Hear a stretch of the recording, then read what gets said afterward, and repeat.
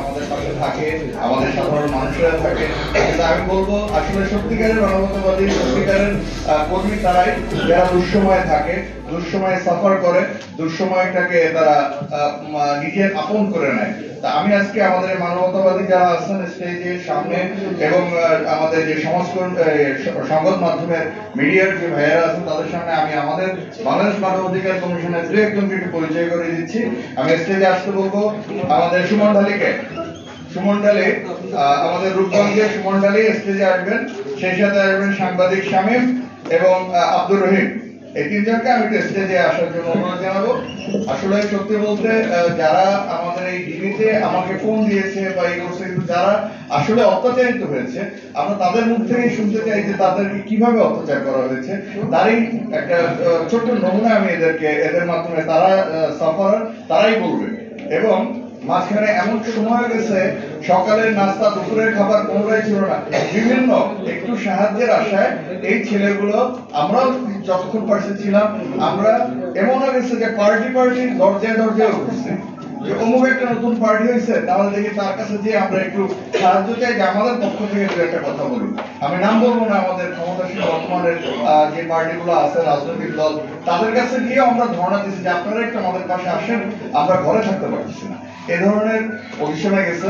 তা আমি এখানে পরিচয় করে দেবো আব্দুর রহিম, যে আমার তো নিজের চোখে দেখা, খেয়ে না খেয়ে রাস্তায় ঘুরে বেরিয়েছে নেতাদের সাথে কাছে, জাস্ট একটু অনুনয় বিনয়ে আসায় যে আমাদেরকে একটু সাপোর্ট দেন।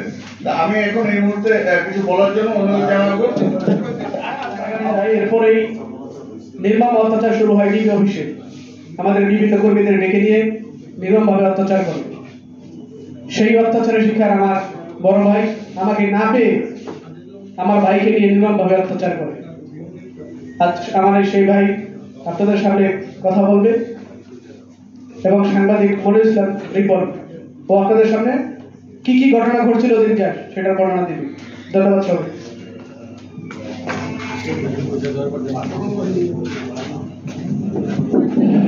আসসালামু আলাইকুম।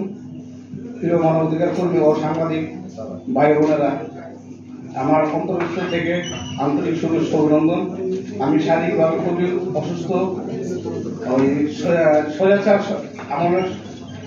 স্বৈরাচার সরকার শেখ হাসিনার আমলের সময় আমাদের ডিবি হারুন এবং মাসুদ সহ বিভিন্নভাবে নির্যাতিত করছে এবং বিভিন্ন জায়গায় কারাদণ্ডীভাবে আমাদের আটকানো রাখছে এবং গুম হত্যা যখন আমরা না পাই তখন আমি পরিচয় দিয়ে গেলাম, আমি সাংবাদিক, আমি কার্ড দেখাইলাম।